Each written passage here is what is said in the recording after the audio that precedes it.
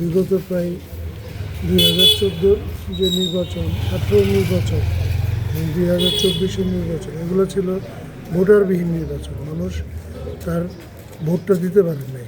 এইবার জনগণের একটা আস্থা হয়েছে যে তারা ভোট দিতে পারবে, এবং আমরা জনগণকে আমরা দেখেছি তারা ভোটের দেওয়ার যেহেতু জনগণের আগ্রহ আছে। আমরা মনে করি যে যখনই সঠিক নির্বাচন হয়েছে ততবারই কিন্তু আমাদের বিএনপি, বাংলাদেশ জাতীয়তাবাদী দলের বিপুল বিজয় হয়েছে। আমরা মনে করি এইবার জনগণ ধানের শীষে ভোট দেবে, কিংবা বিএনপির মনোনীত কিংবা আমাদের জোটের সমর্থিত প্রার্থীকে ভোট দেবে।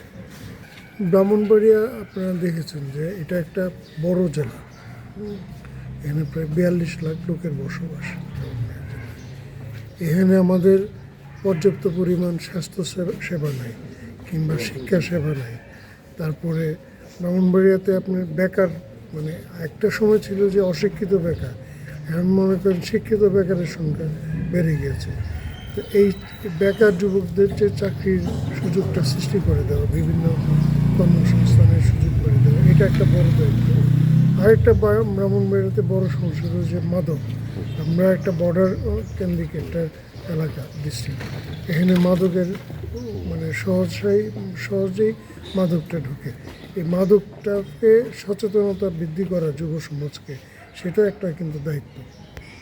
এর ব্যাপারে আপনারা জানেন যে আমরা ইতিমধ্যে এক ধাপ এগিয়েছি। আমি ব্যক্তিগতভাবে মানে কাজ করে আমরা অন্ততপক্ষে একটা ডিও লেটার আমরা ইস্যু করেছি। আশা করি যে জনগণ যদি এদেরকে ক্ষমতায় আনে, আমরা এই মেডিকেলের ব্যাপারে আমরা বাকির কাজটুকু আমরা সম্পন্ন করে ফেলব।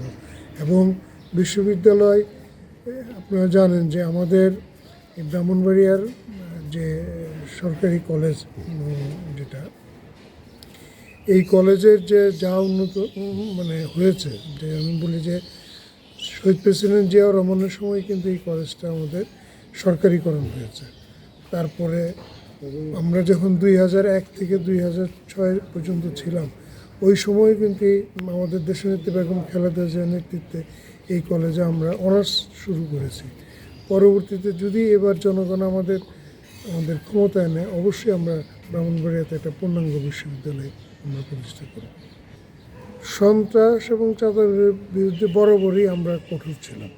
এবার আপনারা দেখেছেন আমাদের মাননীয় ভারপ্রাপ্ত চেয়ারম্যান জনাব তারেক রহমান এসে জাতির কাছে একটা মানে বার্তা দিয়েছেন। আমরা মনে করি যে এই বার্তায় যদি আমাদের জনগণ বুঝতে পারে এবং আমাদের দলীয় নেতাকর্মীদের একটা বোধগম্য হবে যে আমরা কোন দিকে এই বাংলাদেশকে নিয়ে যাব, সেই ক্ষেত্রে সন্ত্রাস এবং চাঁদাবাজির কোনো স্থান থাকবে না এই বাংলাদেশে।